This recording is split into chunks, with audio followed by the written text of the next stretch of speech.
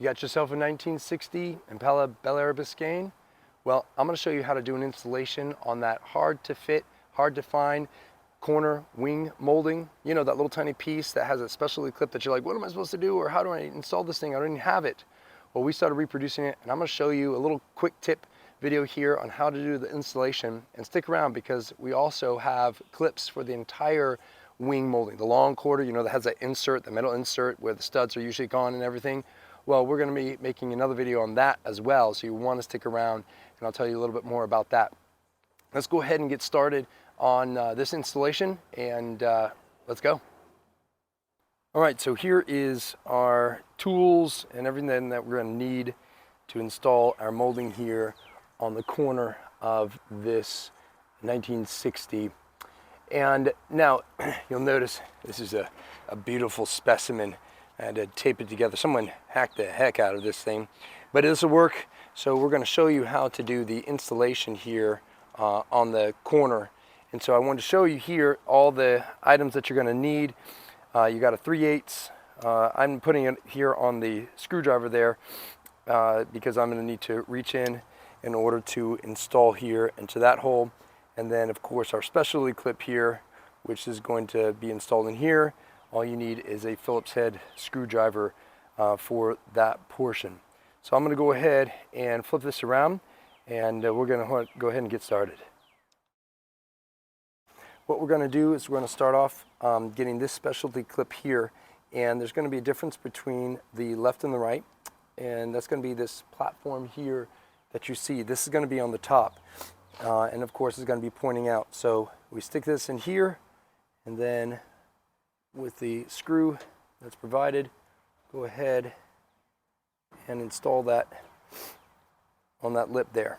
Now you want to make sure you don't want to over tighten it, but you want enough that this is going to act and give it some spring action there to hold it into place. This clip here is eventually going to go into there and install into here. Sometimes it's easier to first get this on and try to slide this in, and so we're going to first do it that way. So this has an opening here, so it slides over there, and then you're going to slide it and push it like this, and when you do that, it should slide into place like so. So that's already in place. And keep in mind, this part goes over top of the molding that's there. So this molding would need to be installed first, the long rear quarter molding, so that this one then can be installed over top of it. All right, I wanted to show you from this side the installation of this clip once again, as I said earlier. So once you have it, you should be able to pick it out enough. It's pretty secure on there, but you're going to pull it out enough, and what you're going to do is you're going to slide this baby, let's do it this way, in there like so. You're going to rotate it. I'm going to put it into the kind of hole and slot there, and now the wire that's there, I'm going to slide up, and that'll lock it into place there. This will give me the ability to then push that in, and now it's snug in there, and I can go ahead on the inside and thread the bolt and tighten it in. And basically we're going to take this and reach inside the trunk,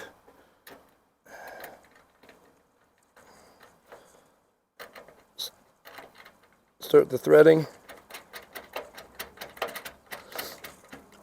and then go ahead and take your piece, your tool,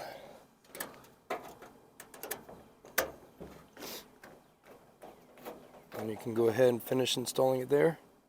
Again, snug but not over tight, and there we go. Nice, beautiful piece installed on there, and then that's all you would need to do to the other side.